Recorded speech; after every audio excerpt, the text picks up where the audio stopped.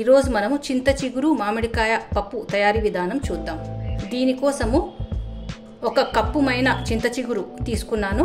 దీని చిన్న కాడలు తీసేసి కేవలం ఆకు మాత్రమే తీసుకోవాలి. దీన్ని శుభ్రంగా వాష్ చేసుకొని పెట్టుకోవాలి. అలాగే ఒక మీడియం సైజ్ మామిడికాయ తీసుకుని దాన్ని ముక్కలుగా కట్ చేసి పెట్టుకోవాలి.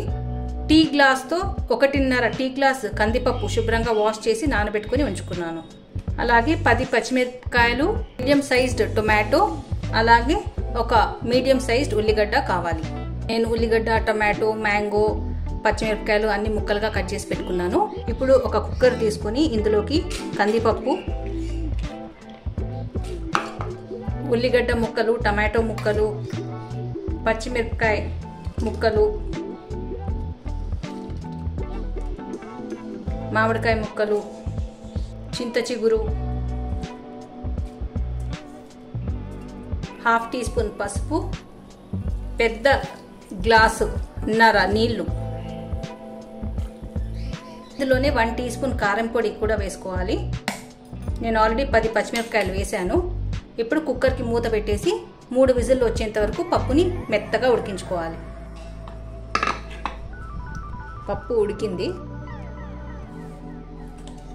ఎక్స్ట్రా పప్పు కట్టు ఇందులోకి తీసుకుని పప్పుని బాగా ఎనుపుకోవాలి.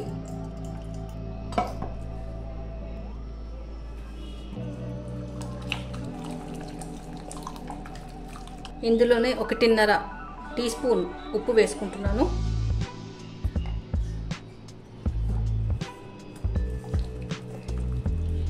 ఇప్పుడు స్టవ్ ఆన్ చేసి స్టవ్ మీద ఒక కుండని పెట్టేసి మనం పోపు వేసుకుందాము. ఇందులోకి 2 పెద్ద గరిటెల ఆయిల్ వేసుకుంటున్నాను. ఆయిల్ కాగిన తర్వాత ఇందులోకి 1 టేబుల్ స్పూన్ పోపు దినుసులు, 2 ఎండుమిరపకాయలు, 4 వెల్లుల్లి రెబ్బలు, ఒక మీడియం సైజ్డ్ ఉల్లిగడ్డ కట్ చేసినది, కొద్దిగా కరివేపాకు,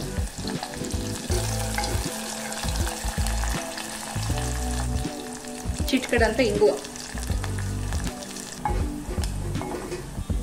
పోపు వేగిన తర్వాత ఇందులోకి పప్పును వేసుకోవాలి.